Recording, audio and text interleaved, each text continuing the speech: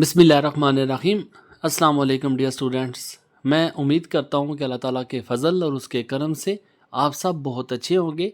आज का हमारा टॉपिक कंप्रीहेंशन एंड प्रेसी राइटिंग का होने वाला है और मैं आपको यकीन दिलाता हूँ कि जितना भी आपका वक्त कीमती है, जो आप कीमती वक्त निकाल के मुझे सुन रहे हैं, इंशाल्लाह आज के बाद चाहे जितना भी आपको ये क्वेश्चन मुश्किल लगता है, आप इसे एग्ज़ाम में छोड़ के नहीं आएंगे। इतना कुछ आपको मैं सिखा दूंगा, इतना कुछ आपको इस काबिल बना दूंगा कि अगर आप फुल मार्क्स नहीं भी गेन कर सकते, लेकिन मैक्सिमम मार्क्स आपको गेन करने की मैं ट्रिक्स बताऊंगा, तरीका बताऊंगा इसको। मैं अपने स्टूडेंट्स को हमेशा कहता हूं कि सबसे ईजीएस्ट क्वेश्चन है जिसे आप थोड़ी सी समझ के साथ, थोड़े से मेथड सीखने से आप इसे खुद से अटैम्प्ट कर सकते हैं। वोकेबलरी नहीं भी है आपकी, अगर आपको कंप्रीहेंशन नहीं भी है, अगर इसकी अंडरस्टैंडिंग नहीं भी है, लेकिन कुछ टिप्स दूंगा आपको जिससे आप इस पैराग्राफ को समझने के बखूबी काबिल हो जाएंगे। तो मैं आप लोगों का टाइम वेस्ट नहीं करता, रिक्वेस्ट करूंगा आप इसे पूरा सुने। मैं ब्रीफली बता रहा हूँ, फिर डिटेल्स इसे डिस्कस करूंगा आपके साथ। नेक्स्ट आता है प्रेसी राइटिंग का।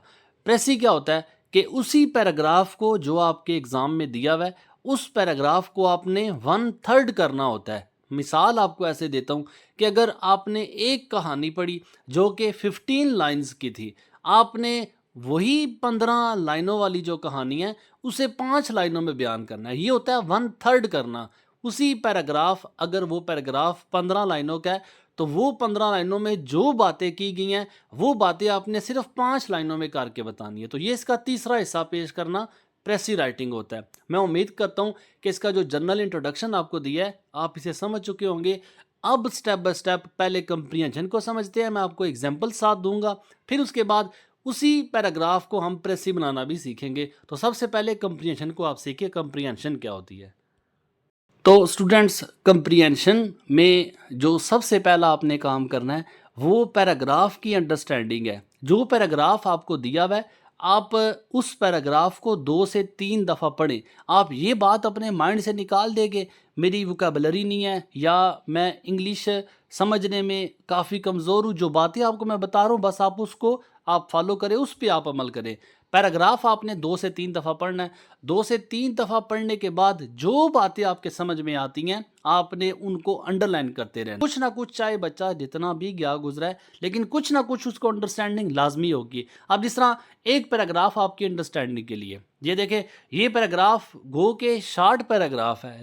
आप कंसेप्ट अपने क्लियर करें, आप अंडरस्टैंडिंग ले, आप मेथड को समझें। चाहे मुश्किल से मुश्किल पैराग्राफ आता है या लेंथी से लेंथी पैराग्राफ आता है, मैं आपसे प्रॉमिस करता हूँ आप उसे समझने के, आप उसे अटेम्प्ट करने के खुद काबिल हो जाएंगे, चाहे आप इंग्लिश आती है या नहीं आती है आपको। तो फर्स्ट आपने जो काम करना है वो पैराग्राफ को अंडरस्टैंड करना है, पैराग्राफ को समझना है। अब उसके बाद दूसरी बात आपकी, दूसरा स्टेप जो है, जो क्वेश्चन है आप उनको गौर से पढ़ें, उन क्वेश्चन को आप समझें, उन क्वेश्चन को देखें। याद रखना, जो कंप्रीहेंशन के नीचे जो क्वेश्चन दिए जाते हैं वो पूरे पैराग्राफ का निचोड़ होते हैं। अब वो जो एग्जामिनर आपको क्वेश्चन देता है वो उस पूरे पैराग्राफ का मरकजी ख्याल होता है। आपने 5 क्वेश्चन है, 4 क्वेश्चन है, 6 क्वेश्चन है, जितने भी क्वेश्चन है आप उन क्वेश्चन को रीड करें, उन क्वेश्चन को गौर से पढ़े। क्वेश्चन आपने देख लिए, अब उन क्वेश्चन के आंसर आपने पैराग्राफ से मैच करने हैं। ये आपका दूसरा स्टेप है। क्वेश्चन समझ लिए, काफ़ी बच्चों को क्वेश्चन की समझ आती है, दूसरी परेशानी उनको पैराग्राफ से आंसर देने में होती है।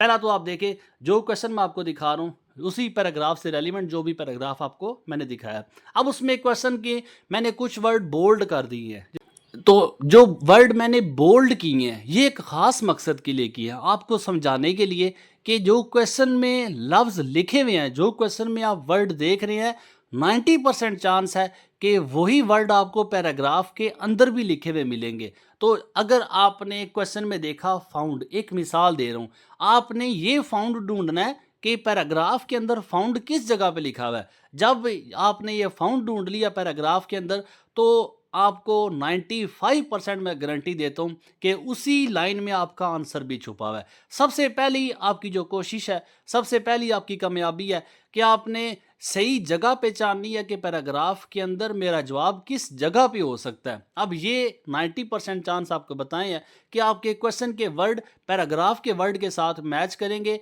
आपका आंसर भी उसी लाइन में छुपा होगा। आप जिस तरह के देखें, मिसाल आपको दे रहा हूँ, ये इसी पैराग्राफ से मैंने आंसर भी लिखे हुए हैं। हु फाउंड, अब हु फाउंड आपका ये जो पैराग्राफ वाला आंसर लिखा है, मैंने उसी तरह पूरा पैराग्राफ शुरू से लेकर आखिर तक मैंने उसमें लिख दिया। मैंने भी चेंजेस नहीं की, मैं आपको सिखा रहा हूँ कि आपने क्वेश्चन से आंसर जो पैराग्राफ के अंदर है वो कैसे ढूंढनी है। पहला आपको तरीका बताया, आपने जो वर्ड है वो मैच करने हैं। अब उसके बाद आप देखें, कुछ जो क्वेश्चन ऐसे होते हैं कि जिनके वर्ड मैच नहीं कर रहे होते हैं। अब उसमें बच्चों ने अपनी अंडरस्टैंडिंग दिखानी होती है। आपको अगर कोई क्वेश्चन नहीं भी मिल रहा, आपका कोई वर्ड मैच नहीं भी कर रहा, उन क्वेश्चन को छोड़ दे। तो पहले आप उन क्वेश्चन के आंसर को ढूंढे जो आपके वर्ड क्वेश्चन में और पैराग्राफ में आपस में मैच कर रहे हैं। तो दूसरे वाला मेरा मैच नहीं किया, लेकिन जो तीसरे वाला है अब उसमें हेल्प लिखा हुआ है। तो इसी तरह अगर आप आंसर में भी देखें तो ये जो लाइन मैंने लिखी है ये पैराग्राफ में हेल्प वाली मुझे मिल गई है। अब क्वेश्चन वाला वर्ड मेरे पैराग्राफ के साथ मैच हुआ तो डेफिनेटली वही लाइन मैंने पिक करके सारी मैंने उसके आंसर में लिख दिया है। अब मैं आपको ये हरगिज़ नहीं कह रहा कि यही आपका फुल एंड फाइनल आंसर है। ये मैं आपको फिलहाल अभी सिखा रहा हूँ कि आपने पैराग्राफ से कैसे ढूंढने हैं क्वेश्चन, ये अभी मैं आपको बात सिखा रहा हूँ। फिर उसके बाद आप देखें कि जो फील वाला है, अब इसी तरह आप देखें फेल्ट वाला, अब ये वर्ड मैच करने हैं। तकरीबन 90-95% चांस है कि जो क्वेश्चन आपके दिए हुए हैं उनमें कोई ना कोई लफ्ज़, कोई ना कोई लाइन हो सकता है पूरे का पूरा क्वेश्चन जो आपका मैच कर जाए, वो पूरे वर्ड मैच कर जाए पैराग्राफ के साथ। तो आपने जो मैच करेगा पैराग्राफ में वो पूरी लाइन आपने उसके नीचे आपने ऐड कर देनी, या उसी पैराग्राफ के साथ आपने सर्कल कर देना है कि पहले क्वेश्चन का जो आंसर है वो पैराग्राफ नंबर की लाइन नंबर 2 में यहाँ से लेकर यहाँ तक है। इसी तरह दूसरे, इस तरह तीसरा और पांचवा, छठा, जो भी आप क्वेश्चन मैच करते जा रहे हैं। अब ये आपने आंसर लिख दिए, ठीक है। तो यहाँ तक आपने दो बातें सीखी, एक पैराग्राफ को पढ़ना, दूसरा पैराग्राफ को पढ़ने के बाद जो क्वेश्चन दिए हैं उन क्वेश्चन से वर्ड मैच करने हैं पैराग्राफ के साथ, फिर उनके आंसर आपने लगाने हैं। तीसरा स्टेप क्या फॉलो करना है कि जो आपने पैराग्राफ के अंदर से निशान लगाए हुए सवाल नंबर 1 का ये जवाब, सवाल नंबर 2 का ये जवाब, यहाँ से लेकर यहाँ तक, अब उस जवाब में आपने थोड़ी सी चेंजेस करनी है। जिस तरह देखें, ये वो जवाब है जो आपको मैंने क्वेश्चन के नीचे सिखाया है कि आपने वर्ड मैच किया, उस पूरी लाइन को लिख दिया। याद रखें, आंसर में आपने पूरी लाइन नहीं लिखनी होती।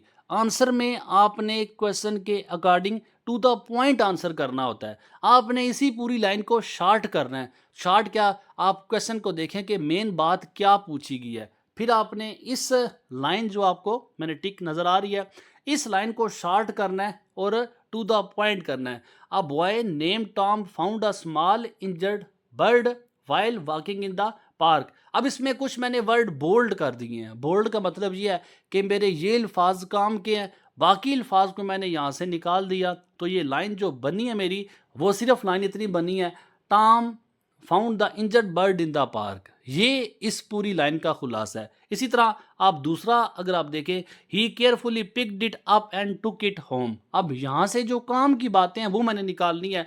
ही तो लिखा रहेगा, he picked it up and took it home, यहाँ तक भी आंसर हो सकता है। तो कहने का मतलब ये है, जो लाइनें आपने लगाई हैं उनमें आप देखें फालतू अल्फाज कौन से हैं, उन फालतू अल्फाज को आप उस लाइन से क्रॉस करके जो बाकी आपका आंसर बनता है वो आंसर अपने क्वेश्चन के नीचे आप लिख सकते हैं। वो आपका फुल एंड फाइनल आंसर है। एग्जांपल्स के लिए मैंने कुछ लाइंस ऊपर ऐड की हुई हैं पैराग्राफ से, फिर उन पैराग्राफ की लाइंस को मैंने शार्ट करके नीचे ऐड किया हुआ है, उसको डार्क भी किया हुआ है ताकि आप लोगों को समझ लग सके कि हमने पैराग्राफ के अंदर से जो इम्पोर्टेंट बातें हैं वो कैसे निकालनी है। मैं उम्मीद करता हूँ कि आप इस कंप्रीहेंशन में जो क्वेश्चन का पोर्शन है आप इसे समझ चुके होंगे और काफ़ी हद तक आप इस पर ग्रिप भी हासिल कर चुके होंगे।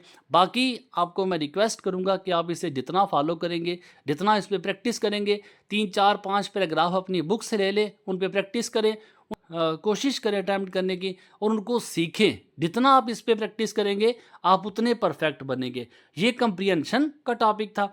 अब प्रेसी राइटिंग में क्या है? प्रेसी राइटिंग में आपने पैराग्राफ को 1/3 करना, ये मैं आपको ऊपर समझा चुका हूँ। आपने 15 लाइनों की बातों को 5 लाइनों में तीसरे हिस्से में करके बयान करना है। तो देखें, आपने पैराग्राफ को ऑलरेडी कंप्रीहेंशन में गौर से पढ़ लिया। जो सबसे शॉर्टेस्ट और सबसे लेटेस्ट इसका तरीका है इसको समझने का। अब देखें, जो आपने क्वेश्चन के आंसर दिए हैं, क्वेश्चन के आंसर आपने एक साइड पे लिख लिए, उनमें आप इजाफी बातों को निकाल के बकिया जो बातें बचती थी आपने उनको लिख लिया। फिर उसके बाद आप देखें कि कोई बात ऐसी पैराग्राफ के अंदर रह तो नहीं की जो क्वेश्चन से हट के हो। क्वेश्चन वाली बातें तो मैंने सारी लिख ली हैं, कोई और बात जो क्वेश्चन से हट के हो अगर मिलती है तो लिखे, नहीं मिलती तो उसको स्किप कर दे। फिर मैं अब कोशिश करूंगा कि इन सब को मिला के एक पैराग्राफ बना सकूं। जो गैर ज़रूरी बातें थी मैंने उसको भी रिमूव कर दिया। जो मैंने क्वेश्चन दिए थे उनमें गैर ज़रूरी बातों को जो मैंने निकाला हुआ उनको मैं निकाल के जो बातें बनी हैं वो आप ये सारी देख सकते हैं। जो एक्स्ट्रा बातें थे वो सारी मैंने निकाल दी है। फिर उसके बाद मैं इन सब को जोड़ने की कोशिश करूंगा। वो बातें जो आप ऊपर दे, ये सारी बातें मैं आप जोड़ने की कोशिश करूंगा। आप इसे इजी सेंटेंस के साथ खुद से भी लिख सकते हैं। वो सारी बातें कौन सी है जो आपने क्वेश्चन के आंसर दिए हैं, उन आंसर में भी आपको बताया जो एक्स्ट्रा बातें हैं वो आप निकाल दें। वो निकालने के बाद जो मेरे सेंटेंसेस बने हैं उन सब सेंटेंसेस को मैंने जोड़ा है और जो मेरे सेंटेंसेस बने हैं वो सेंटेंस मेरी प्रेसी बन गई है। सबसे आसान पोर्शन है, सबसे ईजीएस्ट वे है जो आपको मैं तरीका सिखा रहा हूँ। आपने क्वेश्चन के आंसर दे दिए, क्वेश्चन के आंसर दे दिए तो आप समझें आपने प्रेसी अटैम्प्ट कर लिया है। 15 नंबर की अगर प्रेसी आती है, 25 नंबर की प्रेसी आती है, तो फिर जो क्वेश्चन के आंसर दिए हैं उन क्वेश्चन के आंसर को आप ब्रीफ करें, उन क्वेश्चन के आंसर को आप मुख्तसर करें। क्वेश्चन के आंसर जितने मुख्तसर होंगे आपकी प्रेसी उतनी ज़बरदस्त बनेगी। बस जो आपने कंप्रीहेंशन अटैम्प्ट की, जो आपने क्वेश्चन के आंसर दिए, आपने प्रेसी ऑटोमेटिकली वहीं पे अटैम्प्ट कर ली। फिर लास्ट में आपका क्या बनता है, लास्ट में आपका टाइटल बचता है। तो टाइटल अमूमन आपके पैराग्राफ की फर्स्ट लाइन ही पढ़ के आपको अंदाज़ा हो जाता है कि ये पूरा पैराग्राफ किस टॉपिक पे है। आप ज़्यादा से ज़्यादा 2 टॉपिक दे सकते हैं, ज़्यादा से ज़्यादा। अब उन दोनों में तब आपने देना है कि जब आपको लगे कि ये दोनों टॉपिक इस पैराग्राफ को कवर कर सकते हैं, तो फिर एग्जामिनर आपको उन दोनों में से किसी एक का ठीक कर सकता है। लेकिन अगर आप 100% श्योर हो कि ये सिंगल टॉपिक इस पूरे पैराग्राफ को कवर करता है, आप क्वेश्चन के आंसर आपने दिए हैं, आपने पूरा पैराग्राफ आपने रीड कर लिया है, तो फिर डेफिनेटली आप इतने तो काबिल हो जाएंगे कि आपको अंदाज़ा हो सकेगा ये पूरा पैराग्राफ किस टॉपिक के बारे में, इसका उन्वान क्या होना चाहिए।